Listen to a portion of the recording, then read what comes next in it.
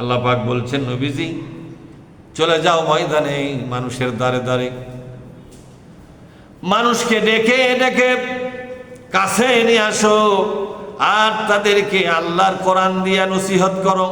ফাযাক্কির বিল কোরআন, বলেন ফাযাক্কির বিল কোরআনি মান ইয়াখাফু ওয়াঈদ।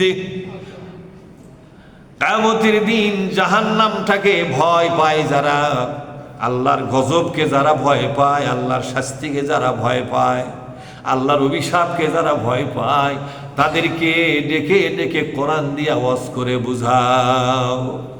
কারণ আল্লাহরে ভয় করে না যারা, আল্লাহর আযাব গজবকে ভয় করে না, আল্লাহর শাস্তি ভয় করে না, অভিশাপ ভয় করে না, কিয়ামতের দিন জাহান্নামের শাস্তি ভয় করে না যারা, কিয়ামতের দিন বিচারের ব্যাপারে যাদের ভয় নাই,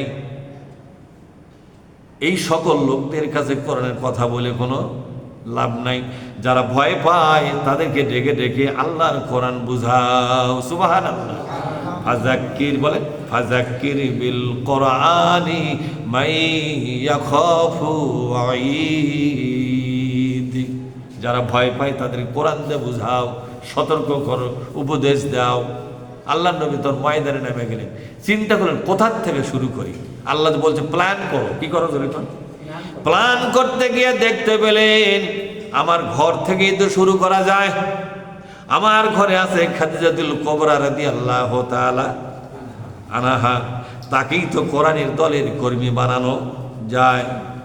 সর্বপ্রথম খাদিজার কাছে গিয়ে বললেন, খাদিজা তুমি জানো নাকি আল্লাহ পাক আমাকে নবুয়তের দায়িত্ব দিয়ে ফেলেছে, আখিরি জামানার পয়গম্বর মুহাম্মদ রাসূলুল্লাহ হয়ে গেছে। তুমি কি বিশ্বাস করো? আসাদ্দাকতা ইয়া খাদিজা, ও খাদিজা তুমি কি বিশ্বাস করো? খাদিজা জবাব দিলেন, ওগো নবীজি জীবনে কোনোদিন আপনাকে মিথ্যা কথা বলতে দেখলাম না। লক্ষ কোটি টাকার ব্যবসা করতে গিয়ে কোনোদিন কোনো বাণিজ্য কাফেলার সাথে মিথ্যা বলেন নাই। আমার কাছে ব্যবসায়িক রিপোর্ট দেওয়ার সময় কোনো মিথ্যা বলেন নাই। ছোটবেলা থেকে রিপোর্ট নিয়েছি, আপনার চাচা বলেছে, জন্মের পর থেকে এ পর্যন্ত একটা মিথ্যা কথা বলেন নাই।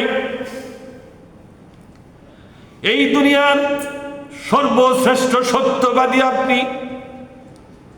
আজকে নবুয়তের মতো গুরু দায়িত্ব পেয়েছেন, এই কথা আমাকে বলছেন।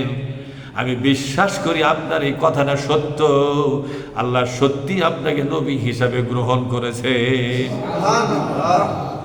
আমি ঈমান আনলাম, আমি পড়ে নিলাম আশহাদু আল্লা ইলাহা ইল্লাল্লাহু ওয়াহদাহু লা শারীকা লাহু ওয়া আশহাদু আন্না মুহাম্মাদান আবদুহু ওয়া রাসূলুহু।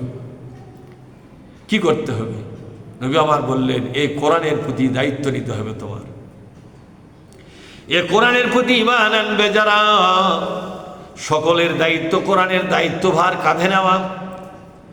হাতে হাত মিলাও, কাঁধে কাঁধ মিলাও, চলো গো যাই, গোটা দুনিয়াকে কোরআন দিয়া সাজাই। সুবহানাল্লাহ।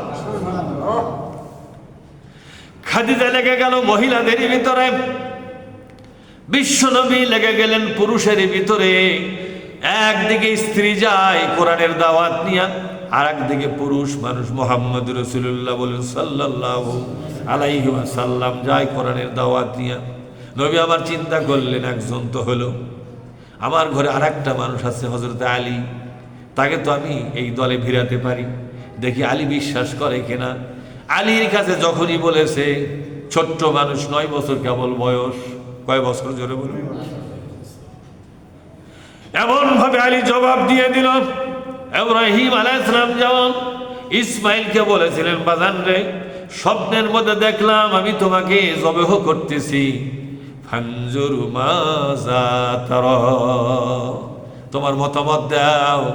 9 বছরের ছেলে কোনো চিন্তা করলো না, কোনো সন্দেহ করলো না, কোনো দ্বিধা নাই, দ্বন্দ্ব নাই, সংশয় সন্দেহ নাই, নিঃসংকোচে অবলীলায় ঘোষণা দিয়ে দিল, আব্বাজান স্বপ্নের মধ্যে আমাকে জবে করার জন্য আপনি যে নির্দেশ পেয়েছেন, ওই নির্দেশটা চলেন বাস্তবে তা কার্যকর করুন।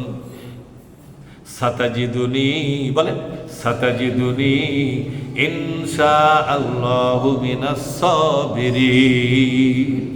ইনশাআল্লাহ আপনি আমাকে ধৈর্যশীল পাবেন, আমি অস্থির হয়ে পালায় যাব না। জীবন দেওয়ার জন্য যখন প্রয়োজন আসবে, তোমার ইসমাইল তোমার কাছ থেকে হারাবে না। আল্লাহর একটা হুকুম, আল্লাহর একটা নির্দেশ ফলো করতে গিয়া, তামিল করতে গিয়া জীবন দেওয়ার প্রশ্ন যখন এসে যাবে, বাজান রে কথা দিলাম, জীবন দেওয়ার সময় যখন এসে যাবে, আমি আমার জীবন নিয়ে পালাবো না, হারাবো না, অস্থিরতা দেখাবো না। শান্ত মনে, নিবিষ্ট চিত্তে, নিঃসংকোচে আমি আমার গলাটাকে আপনার সামনে আগায় দেব। হাতে থাকা চাকু দিয়ে আপনাকে খুঁজে খুঁজে আপনি জব করে দিবেন। আহাউহু পর্যন্ত করব না, যেহেতু মহাবিশ্বের মালিক, আমার প্রাণ চায়, আমার জীবন চায়।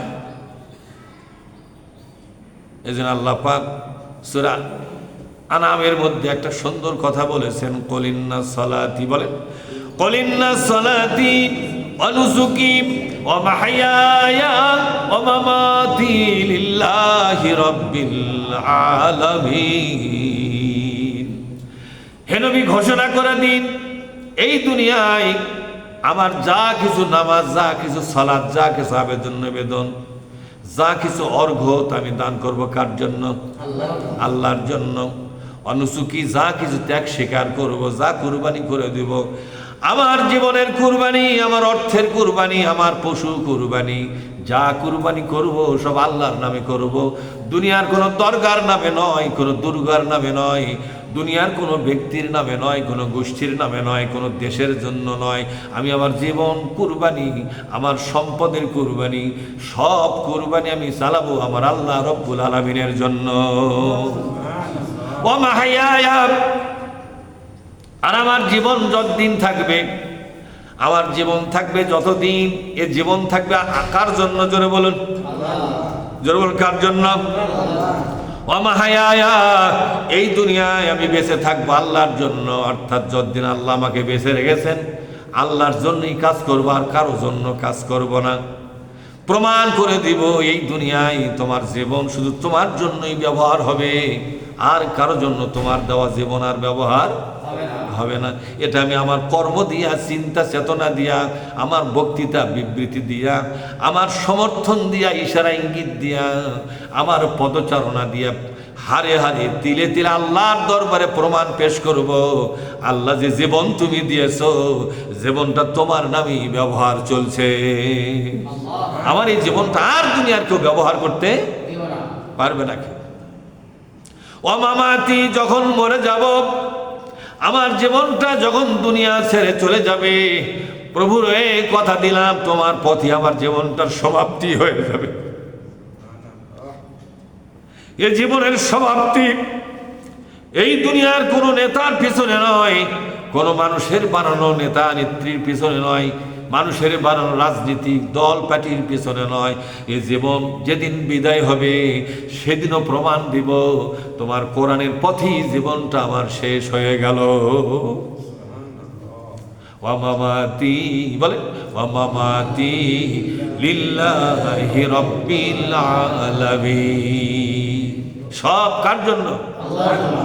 আল্লাহ পাক বলছেন, নবীজি দুনিয়াবাসীকে আপনি সতর্ক করে দেন, ভুল পথে তারা পা দিয়েছে, ভুল পথ থেকে তাদেরকে সতর্ক করেন, সাবধান করে দেন।